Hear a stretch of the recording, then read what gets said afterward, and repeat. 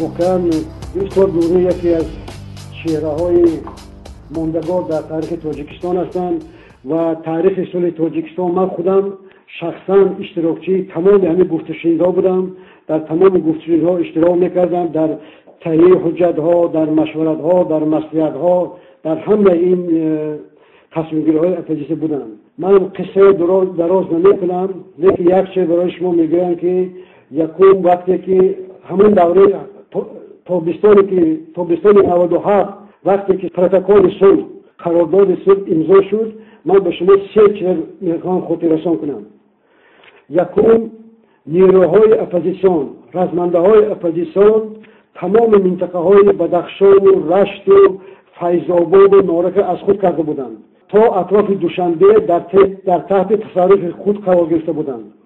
رحمانوف آدم نداشت که بزیر همه مردم دیگه جنگ کند و یادتون باشه که حتی آدمایی که از کوچه جنگ گذشتگی می‌کردند مخصوصا از دانسته رحمانوف از ولایت لبنان کارکنان میلیسای کگب فرستاند. قریب 1000 کس بودند.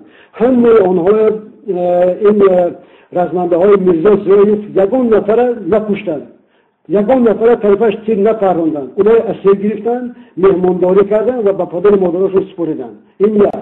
دوم، حکومت دیگر اقدام نیافت که بزی مردم جنگ کرد. مثلا یکی از کماندیرای حکومتی به من گفته بود که دیگر کسی نمیخواهد که بجای بزی اپوزیسیون رود و در همین دوره روسیه به شریک شد و مسئله سخت‌تر و جدی‌تر شریک شد. روسیه چیکار کرد؟ روسیه یکم از ایران استفاده بود. همون وقتا یک عشق نو بین تهران و مسکو به عمل آمده بود. تهران و مسکو مثل لیلی و مجنون بودند و از بس که نفوذ روسیه و از بس که مناسبت مسکو با تهران خیلی همون شمولش خوب نشد، روسا از برادرای ایرانی خواهش کردند که به اپوزیسیون فشار بیارند که اپوزیسیون تیزتر به همین قرارداد صلح امضا کند. چیز دیگر، همون دوره طالبان پیدا شدند و طالبان هم خیلی در افغانستان فعال شدند و وضعیت احمدشاه مسعود و برهانالدین ربانی تنگ کردند و هم ربانی هم مسعود سخت به یاردم روسیه نیاز داشتند.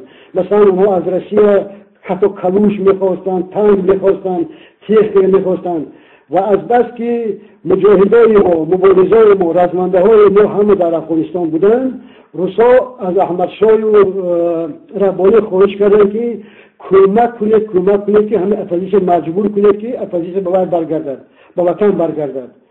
و دیگر نه استاد سید عبدالله نوری، نه استاد حاجی اکبر توره جانزاده، نه محمد شریف همت‌زاده، نه دیگر رهبری اپوزیسیون دیگر کار نمیتوانستند کنند و مجبور بودند که در تحت فشار روسیه، ایران و برهانالدین ربانی و احمدشاه مسعود به همین سازشنامه صلح که تماما خام بود، ناپخته بود، راضی شدند.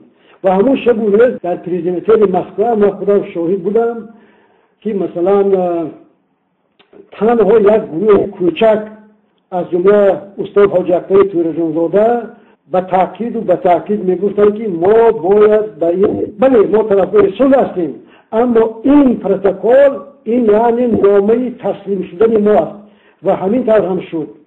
برای همین حقیقت زندگی، حقیقت حال، حقیقت تاریخ همین است و خود من هم از همون روز اولی گفته بودم که تمام اپوزیسیون شکست خورد، اپوزیسیون مرد، اپوزیسیون تسلیم شد و همین طور هم شد. و رحمانوف تنها بعد بازگشتن اپوزیسیون خودش صاحب تاجیکستان اعلان کرد، نباشد عزیز ما در دنقره زندگی میکرد و هر شب برای رحمانوف از دیکتورهای تلویزیون و از رقاصه‌ها از ارتیست‌ها معشوقه می آوردند.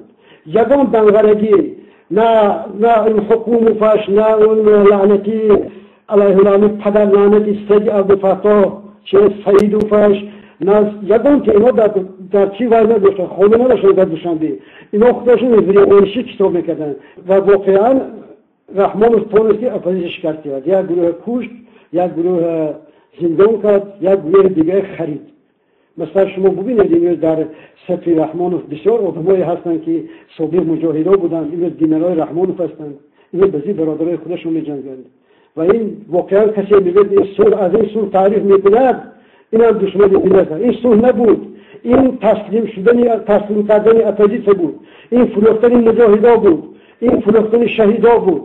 یکی برای این کار ما نمیتوانیم که مثلا استاد نیروی دیگر راهبرای اپوزیسیون ایجاد کنیم، زیرا آنها را شخصی بودن مجبور کردن که به همین چیز امضا کنند و چیزی دیگر و به قسم‌های رحمانوف، به سوگندهای رحمانوف که این پدر لعنت چنان در قرآن نمیده در همه جا قسم خورده بود که بیایید دیگر صلح کنیم به گذشته صلوات. لیکن این یگان وقت یگان کسی نبخشیده بود. این هنوزم مردم تاجیکستان را به خوجندی و پامیری، به رشتی و به کافرنهانی جدا میکند. این هنوزم طرفدارای اپوزیسیون واکشی میگوید. هنوزم حتی کودکی گهواره اپوزیسیونی ها برای اینا چی است؟ دشمن است. مثلا در اداره‌های دولتی وقتی که یک نفر به کار می‌دراید، در همون انکیت، همون سوالایی که هست، یک سوال بسیار تهدار هست: پدر و مادر شما در سال 1992-97 در کجا بودند؟ شد سوال میکنید. فرزندان ما هم علاقه در رسید شمارای رحمانوف هستند و درباره آن که ما با رحمان صلح میکنیم و نمیکنیم. میدونید میگه کل یک بار به چه نگاه کرد. من یگان وقت به یگان وجه تا زنده هستم حساب میکنم که یگان قوه سیاسی، یگان شخصیت سیاسی باید با رحمان گفتشنید نکند.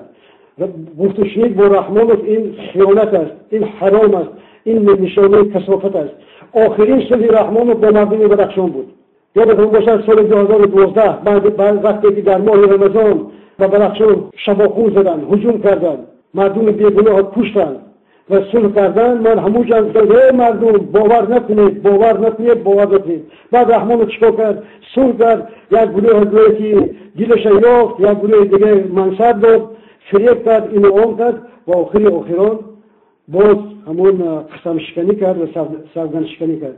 یک چیز از یک حکمت خیلی خوب است که سیل وقتی که از پای دیوار میگذرد، از پای دیوار میگذرد، آدم‌ها باید گمان نکنند که این سیل از پس دیوار میگذرد و میرود، یعنی سیل پای شما رو بوسه میکند، به پیش شما سر تعظیم فرود میآورد، به صلح دعوت میکند، به وحدت دعوت میکند، به آشتی دعوت میکند.